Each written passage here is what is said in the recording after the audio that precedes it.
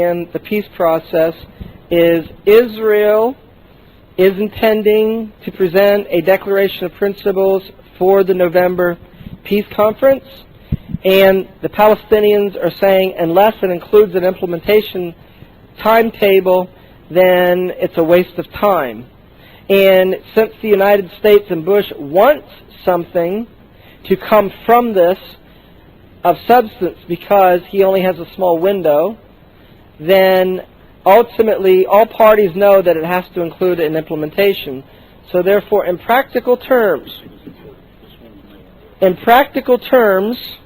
I believe that it will include a timetable implementation. Mark has just given me an article I'm going to read a paragraph from that says, during the past several weeks it has become more and more a concern that Prime Minister Olmert of Israel is prepared to give the Temple Mount to the Palestinian Arabs.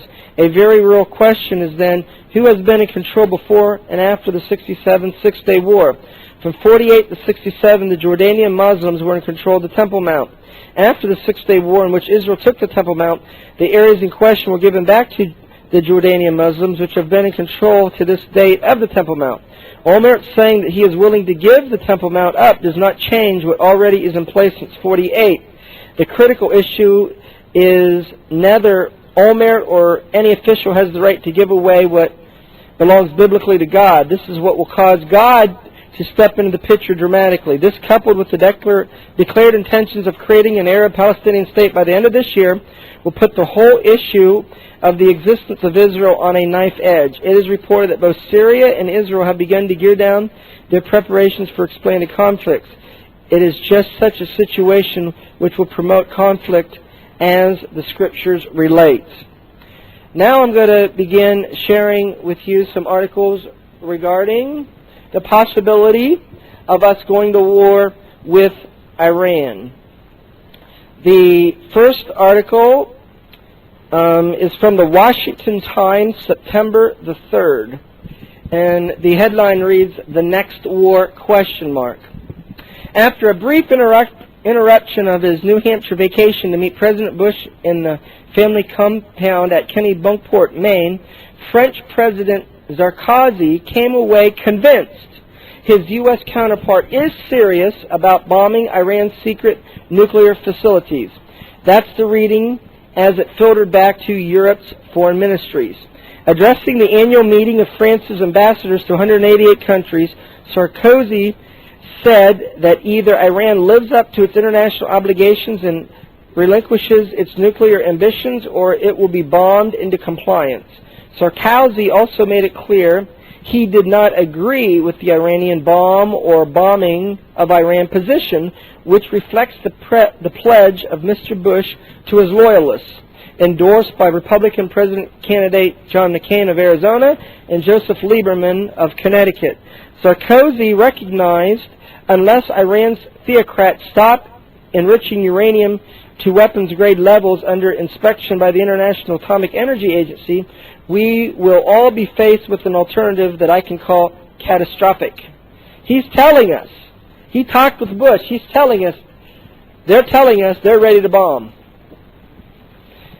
A ranking Swiss official privately said, anyone with a modicum of experience in the Middle East knows that any bombing of Iran would touch off at the very least regional instability and what could be an unmitigated disaster for Western interests.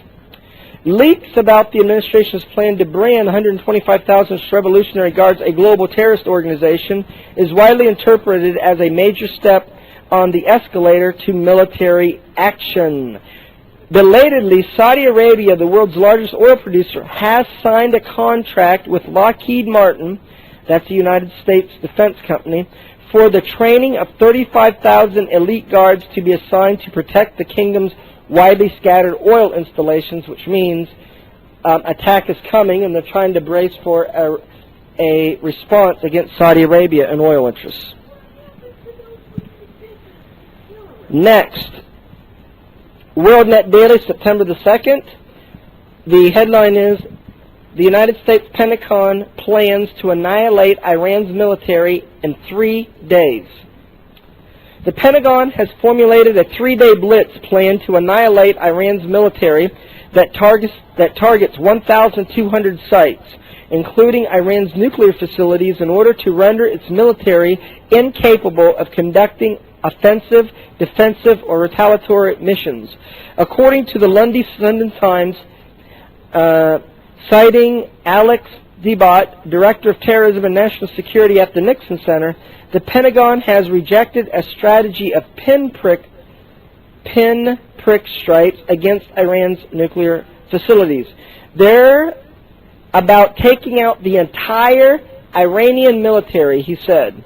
Despite a report last week by the International Atomic Energy Agency of significant cooperation by Iran over its nuclear program, the United States sees only continued stalling by the Islamic regime, reports the Times.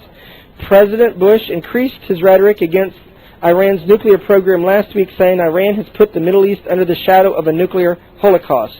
Revelation of a plan for a 3-day blitz to destroy Iran's fighting ability indicates the administration leans toward the use of a rapid, overwhelming force if the military option is used. The next article is from the London Sunday Telegraph, September the 4th, and the headline reads, "Will President Bush bomb Iran?" In a nondescript room 2 blocks from the American Capitol building, a group of Bush administration staffers is gathered to consider the gravest threat their government has faced this century, the testing of a nuclear weapon by Iran. The United States, no longer prepared to tolerate the risk that Iranian nuclear weapons will be used against Israel or passed to terrorists, has already launched a bombing campaign to destroy known Iranian nuclear sites, air bases, and air defense sites. Iran has retaliated by cutting off oil to America and its allies, blockading the Straits of Hormuz, the Persian Gulf bottleneck, and sanctioned an uprising by Shia militias in southern Iraq that has shut down 60% of Iraq's oil exports. The job of the officials from the Pentagon, the State Department, and the Department of Homeland Security and Energy, who have gathered in an office just off Massachusetts Avenue behind the rail terminus Union Station, is to prevent a spike in oil prices that will pitch the world's economy into a catastrophic spin. The good news is that this was a war game. For those who fear war with Iran, the less happy news is that the officials were real.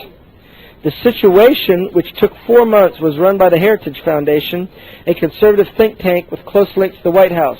Its conclusions, drawn up last month and seen by the Sunday Telegraph, has been passed on to military and civilian planners charged with drawing up plans for confronting Iran.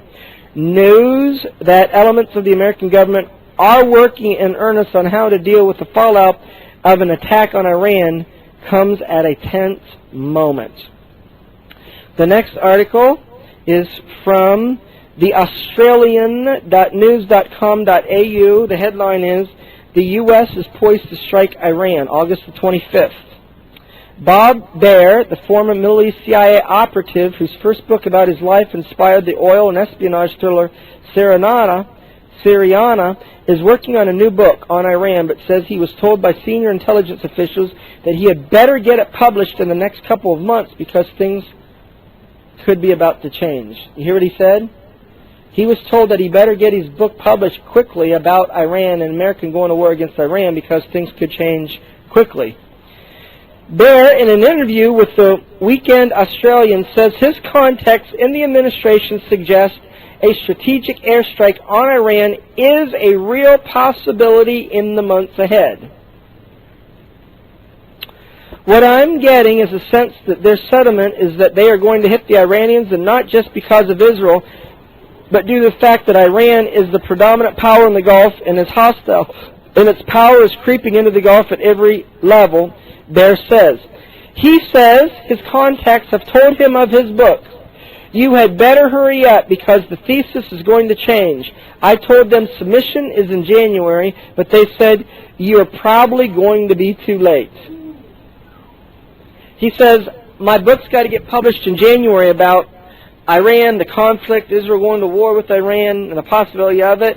And he's told, "You better hurry up and get it published because you might be too late in getting it published." the scenario that I've laid out and believe is